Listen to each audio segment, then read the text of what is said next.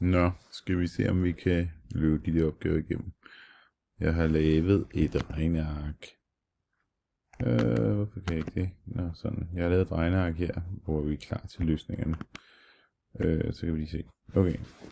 2.1. Figuren viser en TS-graf, det vil sige, der er distance opad, tid på x-aksen.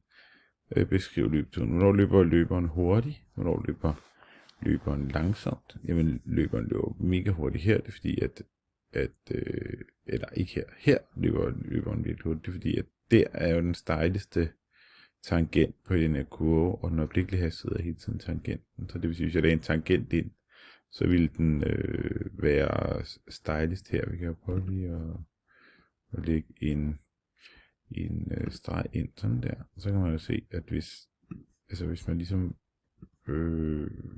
rykker rundt med sin tangent og undersøger kurven sådan med den, så for helvede, så kan man se,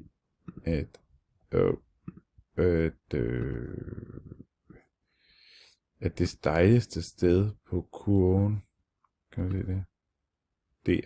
Det stejler noget andet sted, ikke? Hvor man kan sige, at der var sådan en slags, altså hastigheden, hvor sted ændrer sig den anden vej, der er bare fordi, at løberen løber tilbage, ikke? Og der er jo også en hældning på, men den hældning er måske lidt mindre stejl end den derovre. Så løberen løber nok hurtigst her. Løberen løber slet ikke her. Det må sige at være langsomt, ikke? Her er der forboostet langsomt, jeg ved ikke. Hvornår hviler løberen så herop? Tangenten af hældningen er 0, så flytter sig slet ikke. Hvor slutter løbeturen? Løbeturen slutter jo samme sted som startede, ikke? Man løber ud og hjem igen. Hvor lang er løbeturen? Jeg løber 500 meter ud, 500 meter tilbage. Så det vil sige, at løbeturen er 2 gange 400 meter. 1 kilometer. Så er der 2. Tegn en TS-graf over cykelturen. Vi har T her, vi har S her. S, det er distancen, T, det er tiden. Vi skal tegne en graf over en cykeltur. Så skifter vi lige til derover. Den er der. Og så kan man se, at den er jo ikke, at det foregår jo ikke med konstant hastighed, fordi at de her punkter ikke ligger på en ret linje. Men så der er noget ved at være lidt hurtigere her, lidt langsommere her, lidt langsommere her. Sådan er det. Ja, det var beskrivelsen. Så skal vi skitsere et lod, der kører op og ned. Og der vil det jo være sådan, at loddet starter midt i. Og så for eksempel, nu er det hævet, det er jo lidt åndssvagt, det skulle måske være startet i bunden, fordi det er hævet ud, ikke? Men altså, vi kan jo også skubbe det op. Så vi giver lige et skub, så løfter det op, efter fjederen trækker sammen. Men på et eller andet tidspunkt, så hæver tyngdekraften ned, og så videre. Det har vi jo snakket om med og I kan godt se, det her er en sinuskurve også. Så er der opgave 3.1. Det er jo den, som vi havde lidt problemer med. En middelhastighed i tidsintervallet fra 30 til 100. Okay. Spørgsmålet er, om jeg kan gå lidt tættere på. Fra 30, det er her, til 100, det er her. En middelhastighed, vi kan jo gøre sådan her. 30, der, 100, her. Så det vil sige, hvis nu, at man bevægede sig med konstant hastighed på det her stykke, hvad ville hastigheden til være? Og grund til, at den er, her er den rigtige hastighed højere, her er den rigtige hastighed lavere, men middelhastigheden, den kan vi simpelthen regne ud ved at tage de 2 punkter. Så 30,200 er det ene punkt, og 100,1200 er det andet punkt. Og det kan jeg sætte ind herovre, hvor jeg har gjort klar til det. Så hvis vi siger, hvad sagde jeg nu? Jeg sagde 30,200. Det vil sige, x er 30, y er 200. Og det andet punkt sagde jeg var 100,1200, så x er 100, y er 1200. Og her har jeg simpelthen regnet hældningen ud ved den der 2-punktsformel. Så hældningen på den kurve vil være 14,3, svarende til middelhastigheden af 14,3 meter i sekundet. Så skal vi regne momentan hastigheden ud. Og det hedder ikke momenthastighed, den er momentan, fordi det er momentan betyder det øjeblikshastigheden. Til 50 sekunder. Og der er det, vi skal lægge en tangent ind ved 50 sekunder. Og hvordan lægger man sådan en tangent ind? Jamen det gør man sådan her. Det er 50 sekunder. Det er jo ikke en tangent, fordi den går ind over kurven. Så vi bliver nødt til at flytte rundt, indtil vi får en, der kun strejfer i 50 sekunder. Kan I se, den mener jeg skulle lige der. Ja, ikke? Og så siger I, ja, det bliver ikke særlig præcist. Nej, men det bliver faktisk ret præcist. Prøv at se. Det bliver sgu da pisse præcist, mand. Og så skal jeg finde 2 punkter, og der kan man igen sige, det bliver ikke særlig præcist. Nej, men det bliver så præcist, som vi kan lave det grafisk. Og sådan er det også både i eksamensopgaver og alt muligt. 40,400 det ene punkt. Så vi siger 40,400 det ene punkt. Og så x2. Hvor skal vi tage den? Hvis har vi et godt punkt, det kunne være 50, bla bla. Der. Hvad siger vi der? 60,1000.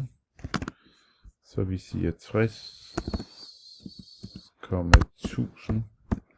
Bum. 30. Hældning af 30. Det vil sige, momentanhastigheden er 30 meter per sekund. Hvis nu man bare drøner med den hastighed derudaf, så vil man komme 30 meter per sekund. Det er ideen i den opgave. Jeg kan ikke tro andet, end at I sagtens skal gøre det i 80. Unexpected this is. Man kan gøre det i 80. Kan jeg vende om det der? Nej, det kan jeg. Sådan gør den jo ikke for fanden. Okay. 80, det er midt på den der. Det der stykke, kan du se det? Så jeg skal prøve at ramme noget, der ligner noget parallelt med det. 80. Og sådan en opgave, der er det jo bare vigtigt at finde ud af, hvordan man gør. Og fandme ikke så vigtigt, om det bliver pisse præcist det resultat, man laver. Her, hvad siger vi så? Den rammer i 0, hvad fanden i helvede, det er noget lort. Det er ikke til at aflæse. Der, 40,1000 og 150,14. Så hvis jeg nu siger 40,1000 og 150,14. Kan I se, det er smart, det regner hele tiden ud. 3,64, altså en langt mindre hastighed. Det giver mening. Momentanhastigheden til t i 120 sekunder, den kan I fandme selv finde. Hvad er pointen her? Pointen er jo, at den bliver 0. Kan I se det?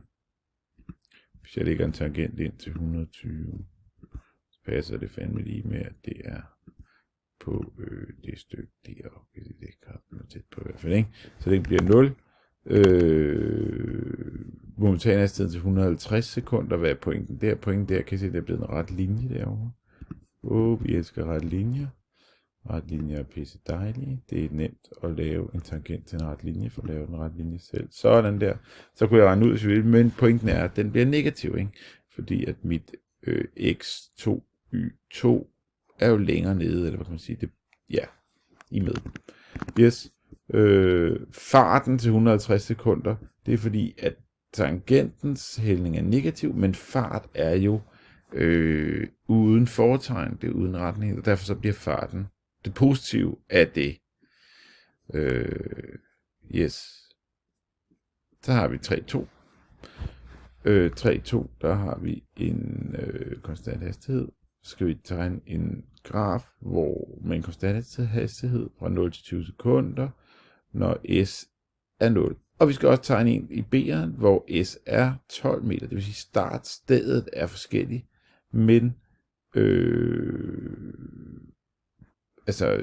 hastigheden er jo den samme. Og de to kurver kommer simpelthen til at se sådan og sådan ud. Hastigheden er ikke den samme.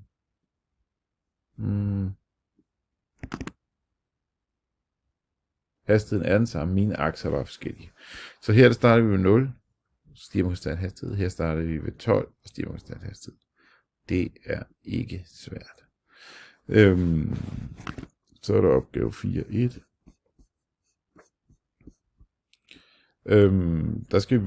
Der har vi nogle kurver, der viser hastighed, 3 bevægelser med konstant hastighed. Find stedfunktionen. Hvad er stedfunktionen? Jamen, stedfunktionen er jo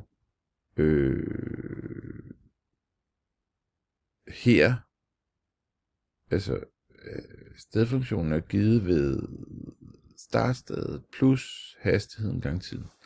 Og det vil sige, at vi skal finde hastigheden på den her kurve. Hastigheden, det er hældningen. Så vi kan se, at hvis man går 100 hen, så går man 425 op, så det vil sige, at det må være 4,25, der er hældningen. Så stedfunktionen for den her, den er 0, fordi den starter i 0, plus 4,25 gange t. Ja. Hernede, der er den 50 plus, og så kan vi se her, hvad hældningen er. Den er ved 100. Nu er jeg gået 1 hen, ikke? Så kommer jeg op på 475, men jeg startede på 50, så er det 425, så det sørger også 4,25. Så stedfunktionen for den her hedder 50 plus 4,25 gange t. Den her, hvad sker der der? Vi driller vores publikum, kan I se det?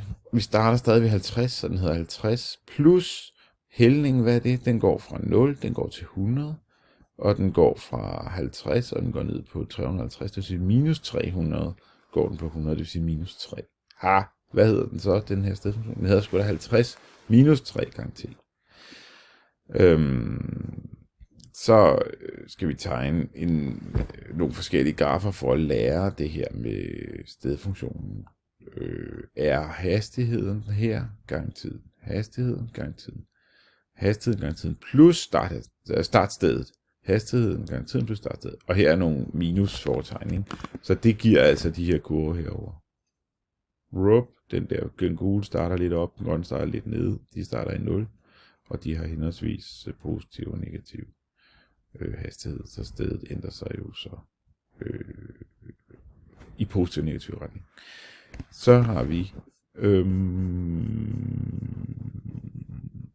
5.1, der er en t,v-graf, det er jo vigtigt lige at se, at det er en hastighed som funktion af tiden. Det er ikke længere et sted. Og det vil sige, at så skal man lige tænke sig lidt ekstra om. Middelaccelerationen fra 0 til 2 sekunder, det er præcis ligesom før. Man skal indsætte, men dengang der skulle vi jo, altså accelerationen er jo hældningen på hastighedskurven. Og det vil sige, hvis vi skal finde middelaccelerationen ud fra en hastighedskurve, så skal vi indlægge en tangent. Hvis vi skal finde middelhastigheden ligesom før ud fra en stedkurve, samme princip indlægge en tangent. Og det vil sige, eller ikke middelhastigheden, hvis vi skal finde monumentalhastigheden eller en tangent, hvis vi skal finde middelhastigheden, så skal vi simpelthen bare tage punkterne. Så vi har 0, 0,0 dut, til 2 sekunder her, ved 2 er den 3, det vil sige, at den middelacceleration er 1,5 meter per sekund. Det vil sige, at den ændrer sin hastighed med 1,5 meter i sekundet. Så gør jeg præcis det samme som de andre, når vi finder momentan accelerationen. Tangent. Nemt at lægge på den her, der ser meget lineær ud. Fra 4 til 8. Kan I se, der bliver middelaccelerationen lige med momentan. 12 til 14, der er accelerationen 0, for hastigheden er konstant. Yes. Så har vi, nu har jeg kun 1 minut tilbage, jeg skal være bedre. Stedfunktionen, det er jo arealet under kurven, som vi snakker om på et tidspunkt. Og hvis man finder stedfunktionen, det kan man gøre ved at, det er nok ikke lært endnu at integrere, men ideen er, at stedfunktionen vil være en parabel, der vil stige, fordi hastigheden stiger lineært. Her er stedfunktionerne. Så jeg finder en hældning, og så putter det ind i forskriften for en parabel. Og så kan man se på dem hernede, nu er jeg ved at løbe tør for tid, så kan man se på dem hernede, men det er også dem, vi skal lave i dag for saten, så måske skal jeg ikke sige for meget. Jeg gider ikke sige mere. Farvel.